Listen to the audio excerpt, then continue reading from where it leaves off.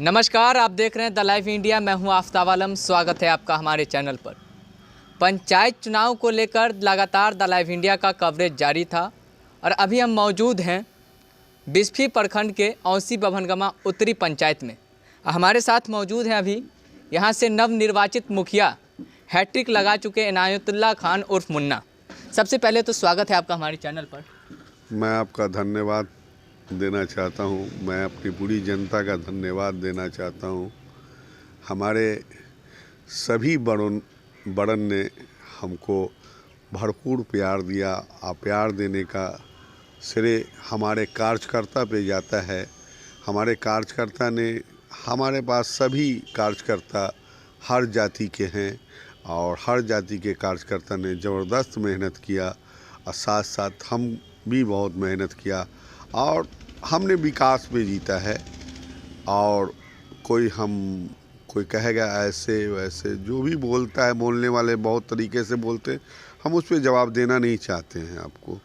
और समस्या ये है कि मैं तहे दिल से सभी का शुक्रगुजार हूँ और ख़ास करके मैं अपने हिंदू भाई, मुसलमान भाई, सारे बड़न भाइयों से तहे दिल से शुक्रिया अदा करता हूँ। मेरा अंदाज़ जो काम करने का था और काम करने का रहेगा और उससे ज़्यादा अगर हम 10 साल में जो भी त्रुटि हमारे सामने हमने किया है और ये इंशाल्लाह ये 5 साल में वो त्रुटि भी हम ख़त्म करेंगे। और वेलकम है सारी जनता का, हमसे आवे बेहिचक आवे, ये नहीं जैसे आते थे वैसे आवे, वेलकम है। इसके लिए मैं धन्यवाद व्यक्त करता हूँ। पंचायत चुनाव का कवरेज लगातार द लाइव इंडिया का जारी था, लेकिन अब पंचायत चुनाव की सरगर्मी बिहार में पूरी तरीके से ख़त्म हो चुकी है। सबसे अंतिम चरण का मतदान होना था 12 दिसंबर को। 14 दिसंबर को परिणाम भी घोषित हुआ। अब जो हमारे पास तो नवनिर्वाचित प्रतिनिधि हैं, हम उनसे बात कर रहे हैं और उनका क्या रोड मैप है, कैसे काम करेंगे वो अगले 5 वर्ष, उनकी बारे में जानकारी ले रहे हैं।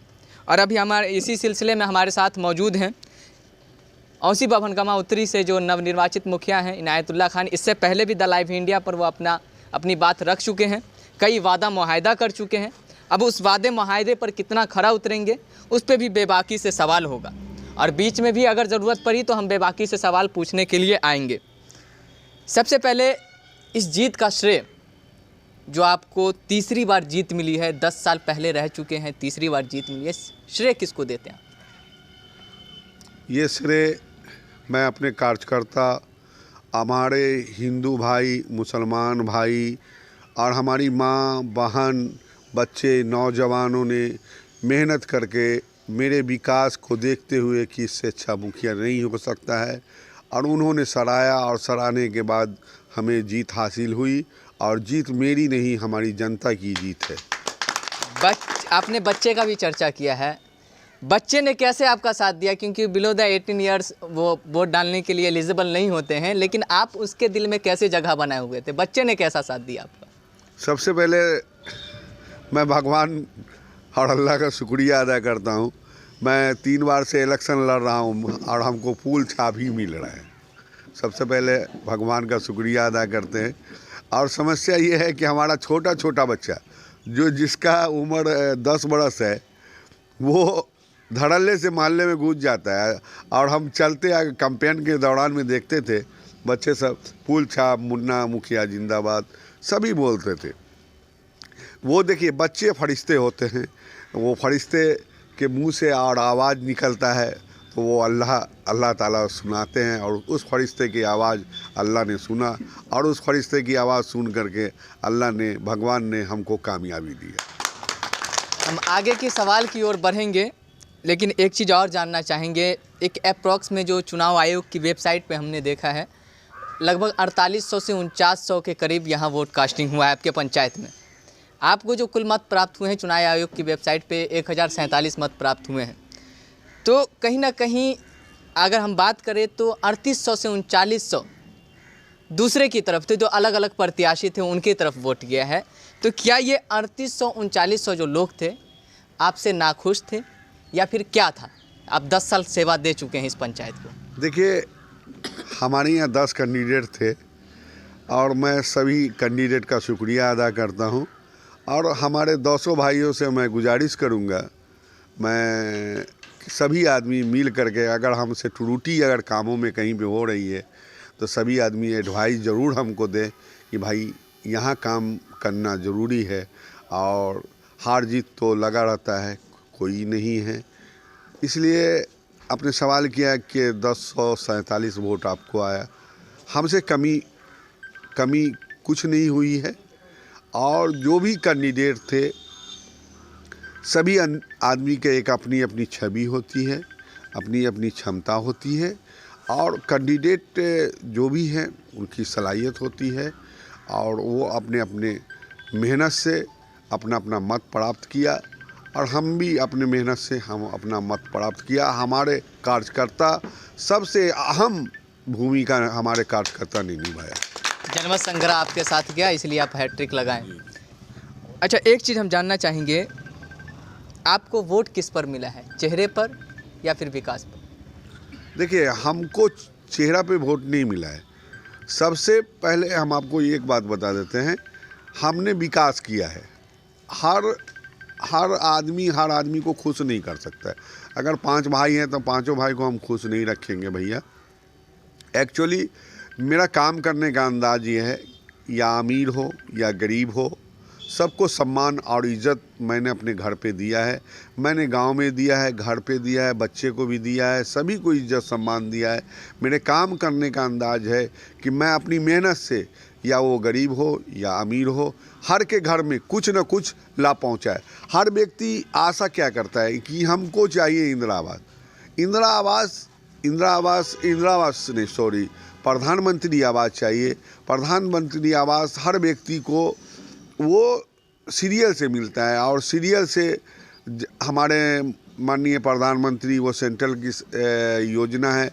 हमारा पंचायत का जो कोटा बनता है, अपने ताल्लुकात से हम मिल करके वीडियो साहब से रिक्वेस्ट करके, या अपने बड़े पदाधिकारी से रिक्वेस्ट करके अगर हमको 10 मिलता है तो हम कोशिश करते हैं कि 50 उसको करें, और करके हम अपने जनता को ज़्यादा से ज़्यादा खींच करके हम अपनी यहाँ लाभ पहुँचावे। इसमें हमने भरपूर मेहनत किया है, इसमें कोई शक नहीं है।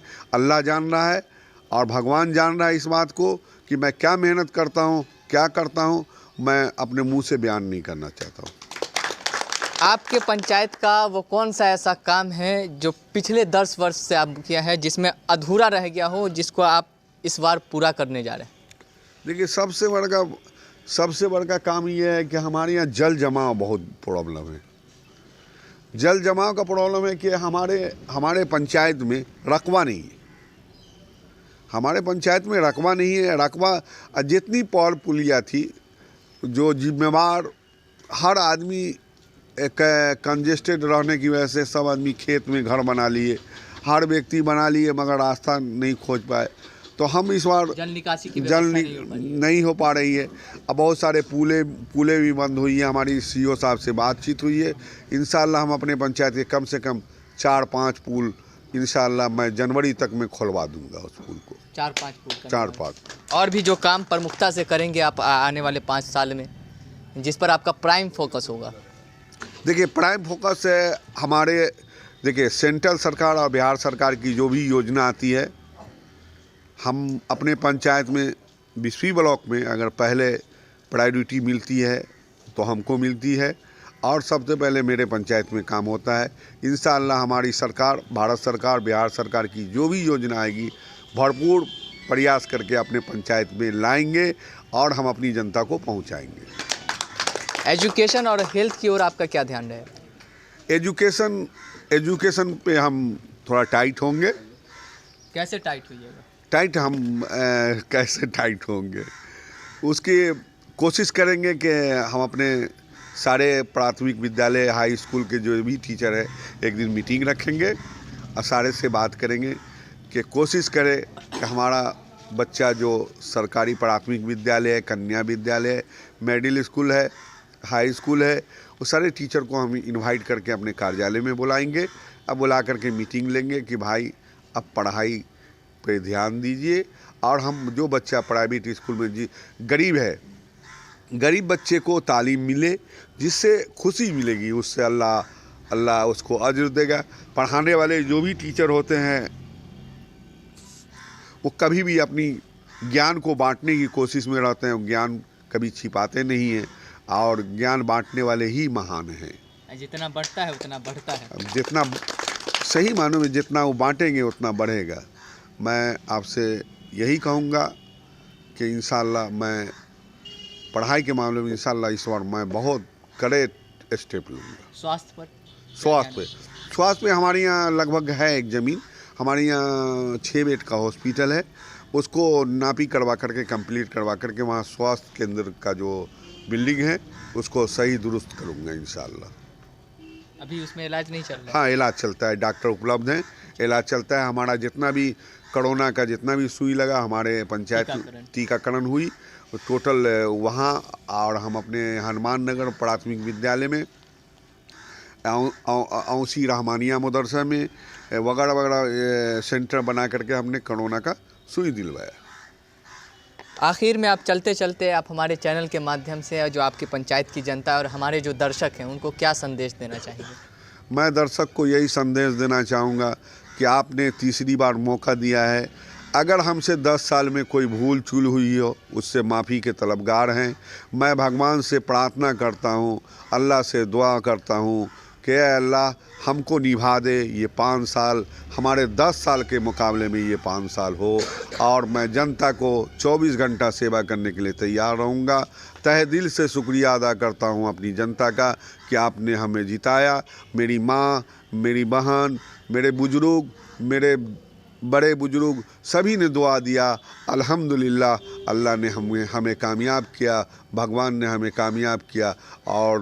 और मैं भगवान से प्रार्थना करता हूँ कि अल्लाह हमसे इतना काम करा, मैं खिदमत खल्क को जाया नहीं जाने दूँगा।